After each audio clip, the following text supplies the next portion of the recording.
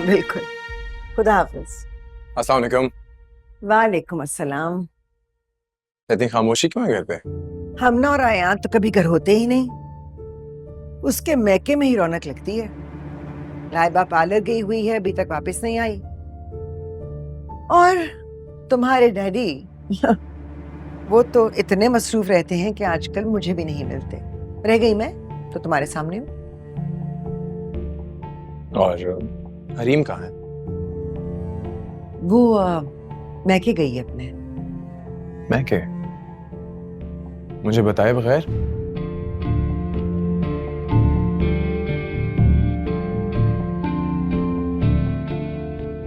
क्या हुआ मम्मी?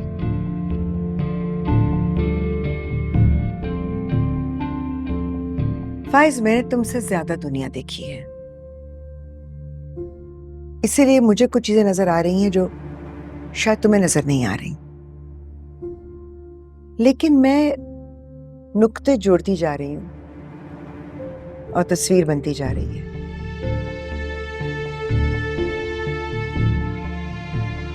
मैं कुछ समझा नहीं। इसी बात का तो दुख है कि तुम अब तक कुछ नहीं समझे।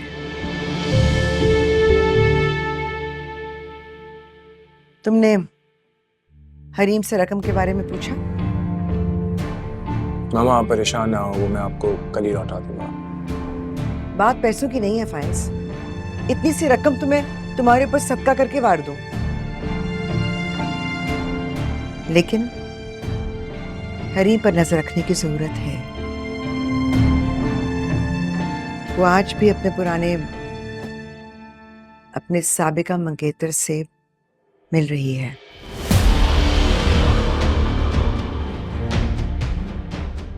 मम्मी प्लीज कुछ भी कहने से पहले आई वुड रिक्वेस्ट यू कि आप जान लें कि मेरे जज्बात, मेरी सोच बहुत पाक और साफ है।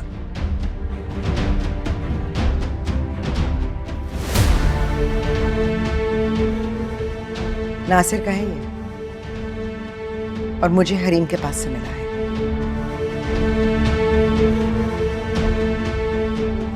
मैं उसे आज शॉपिंग ले गई थी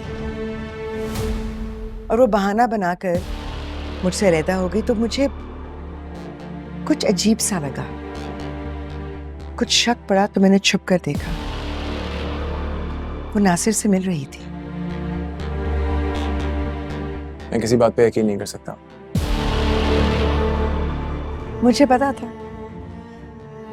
पता था कि मेरा बेटा जहां जा चुका है ना, वहां अपनी माँ की बात पर यकीन नहीं करेगा। इसीलिए मैंने मजबूरन ये वीडियो बनाई है। लो, इसको भी झुठला दो।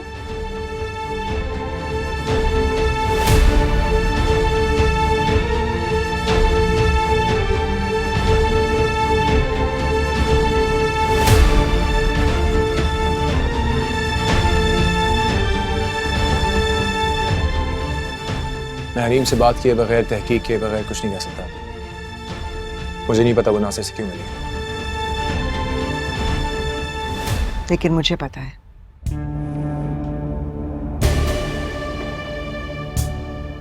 फाइज, मैं तुम्हारी माँ हूं, तुम्हें दुख देना नहीं चाहती, तुम्हारा दिल नहीं तोड़ना चाहती, लेकिन कभी ना कभी सच सामने आ जाएगा।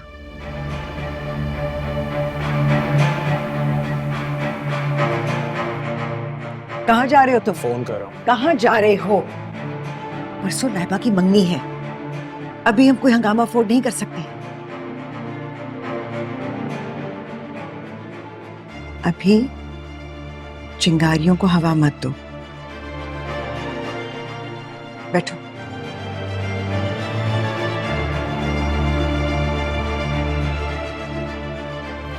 लाइबा की मंगनी हो जाए, उसके बाद जो भी बास-पुर्स करनी होगी कर लेना।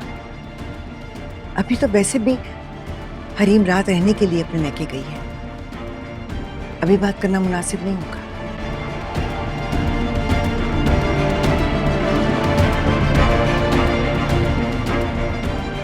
देखो, जिंदगी में ऐसे मराहल आते हैं,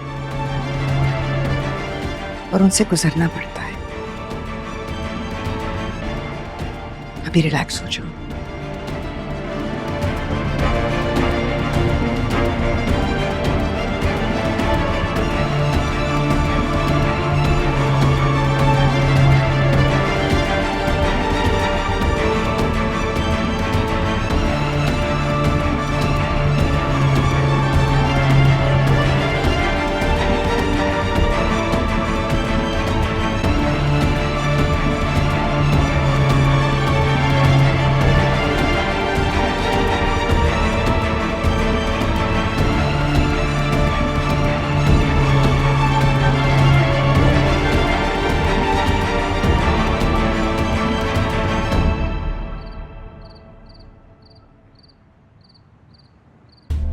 वाह वाह वाह शेखानी जी, क्या टाइमिंग सेट किया आपने। अब असल वक्त आया है तुम्हारी सलाहियतों को जांचने का। देखो तो सही कितने पानी में हो तुम। मगर मेरी एक बात याद रखना, आखिरी ज़र्ब फैसला कुन होती है और ये आखिरी ज़र्ब होनी चाहिए।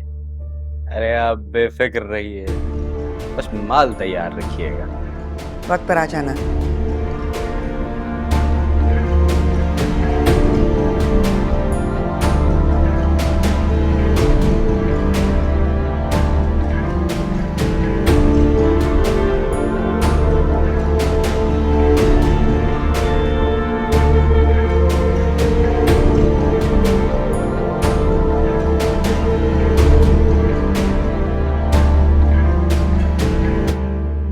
करीम, मैं जानता हूँ तुम्हारे ससुराल में बहुत जिम्मेदारियां हैं, लेकिन हो सके तो बाबा का भी ख्याल रखना। तुम्हें जिस भी चीज की जरूरत पड़े तुम बस मुझे बताना। अभी अल्लाह ने मुझे इतना काबिल किया है कि मैं तुम लोगों को किसी भी चीज में सपोर्ट कर सकता हूँ। आप बेफिक्र हो जाए भाई, मैं अब्बू का ख्याल रखूंगी। फायज बहुत अच्छा इंसान है रीम, बहुत लकी हो तुम कि तुम्हें इतना अच्छा लाइफ पार्टनर मिला है। और मुझे दोस्त, वो अभी भी मुझसे पूछते रहता है कि मुझे किसी चीज की जरूरत तो नहीं।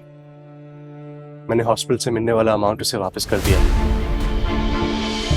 और जो रकम उसने कर्जा समझ के हमें दी थी इंशाल्लाह उसकी भी पाई पाई चुका दूंगा मैं जानता हूँ तुम्हारा ससुराल है, लेकिन उनको तुम पर हाथ चलाने का कोई मौका नहीं दूंगा मैं।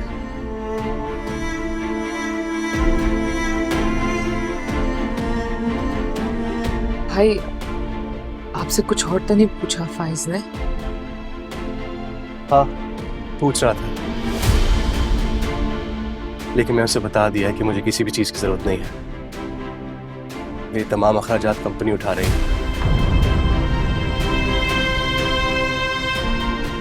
फायज को अपने आसपास रहने वाले लोगों का बहुत एहसास है। करीम, अपना ख्याल रखना और मेरे दोस्त का भी। उसे कभी भी दुखी या उदास मत होने देना।